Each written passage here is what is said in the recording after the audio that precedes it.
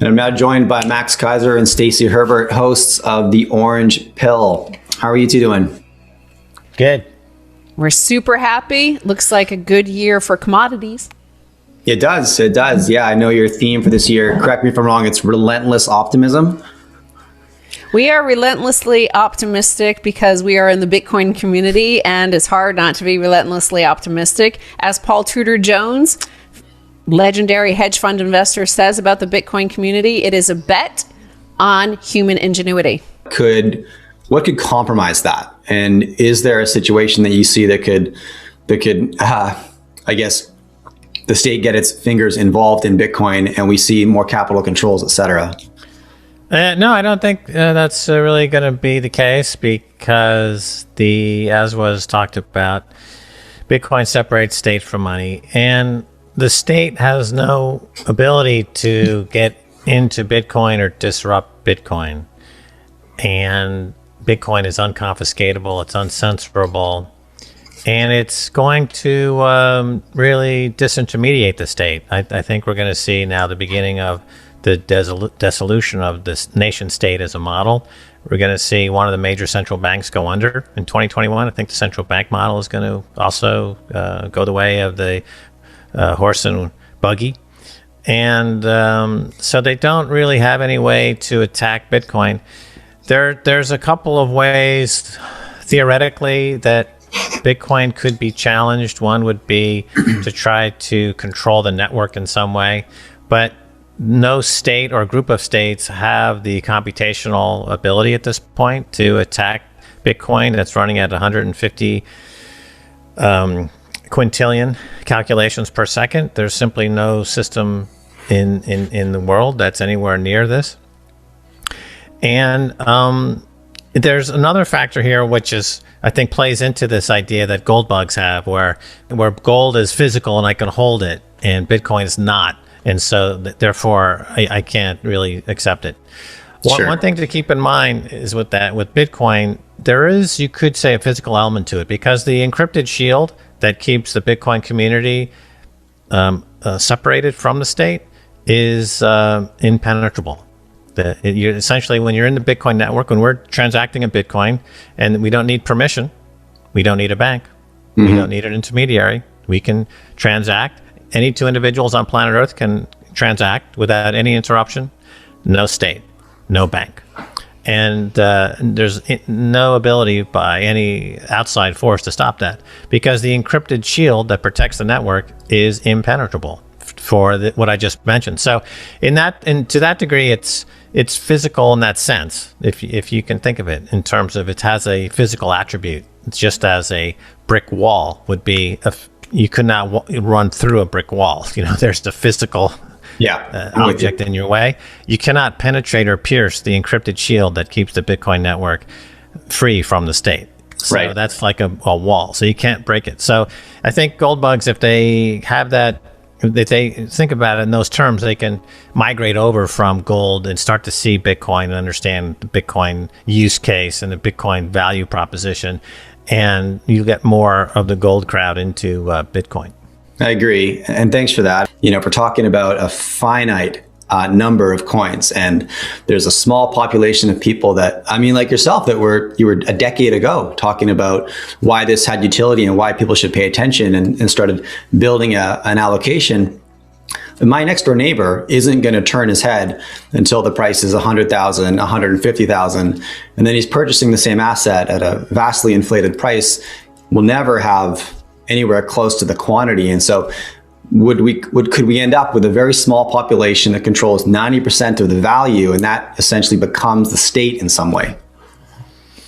Well, I think the state, there's a game theory layer baked into the Bitcoin protocol. And we want the states to try to get involved, and we want the sovereign wealth funds, and we want the hedge funds, and we want the Michael Saylors, and we want the private corporations, and we want the balance sheets, and we want Elon Musk, and we want Jeff Bezos, because the more people come into Bitcoin, the hash rate goes up, the security goes up, and the price goes up.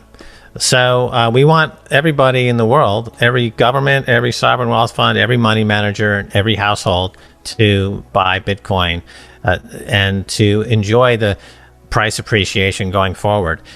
You do have now that transitionary period that will come from Bitcoin as a store of value, where it is now, to becoming a medium of exchange. And that's happening quite rapidly. And I think it'll start to push aside other payment rails in the next couple of years to unit of account. So we are heading to a world that things are priced in Bitcoin. And so any amount of Bitcoin will be needed if you want to participate in the global economy. I would follow up with that, and I would say that a few things. First of all, regarding your previous question to Max, is that when you separate a state from money, the previous moment, revolutionary moment like that, was when we separated church from state. And that was something that also broke thousands of years of human behavior. There were these divine people that God himself appointed to lead over us, rule over us. And something snapped that we attacked these people, beheaded them in France, and just like, that is a huge break that you can never go back. France will never have a king again because they've already beheaded it, because they've already said there is no divine individual. We all have human rights. We all have the same natural law applied to us. Well, the same thing happens when we broke this connection between money and state.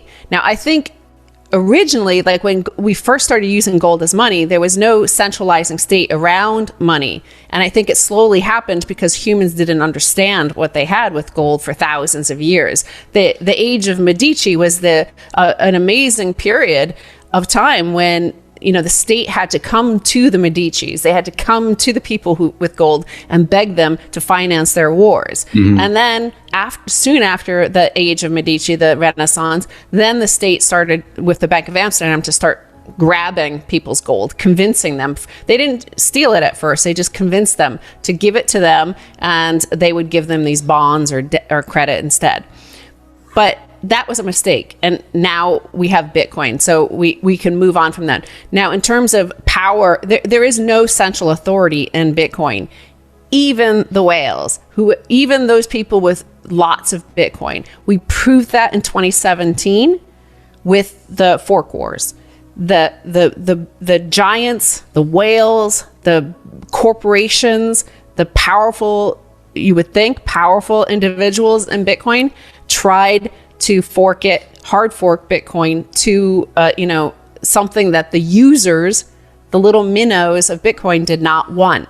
And the minnows won because they were more than, just even by having like a fraction of a Bitcoin versus the guys with tens of thousands of Bitcoin. There was nothing that they could do because of the amount of users all around the world that decided they didn't want what the whales wanted. Right. Plus, as you move into an era of Bitcoin as unit of account, those holding large amounts of Bitcoin will start to circulate those Bitcoin because everything will be priced in Bitcoin. So if I want to buy an 85-foot Hatteras yacht, I'm going to be paying Bitcoin. That means I'm disgorging some of my Bitcoin. And the Hatteras yacht maker is now taking Bitcoin. So that's the transition of money. It goes from a store of value, or first it's a collectible, then a store of value, then a medium of exchange, then unit of account. And when we get to unit of account, you're going to see that circulation. And that's that. We're already transitioning from store of value to medium of exchange. That's what's happening now. And during the very early years, it was a collectible. You had the cypherpunks were storing it on their computers as a hobby, as one might be a stamp collector. Yeah. Then it became a store of value. And people like Michael Saylor and Paul Tudor Jones get involved. Yeah. Then it becomes a medium of exchange with second layer on the transaction side, the payment trail built on top of the Bitcoin protocol. And then it'll go to unit of account. And we're in a Bitcoin-only world. Everything will be priced in Bitcoin.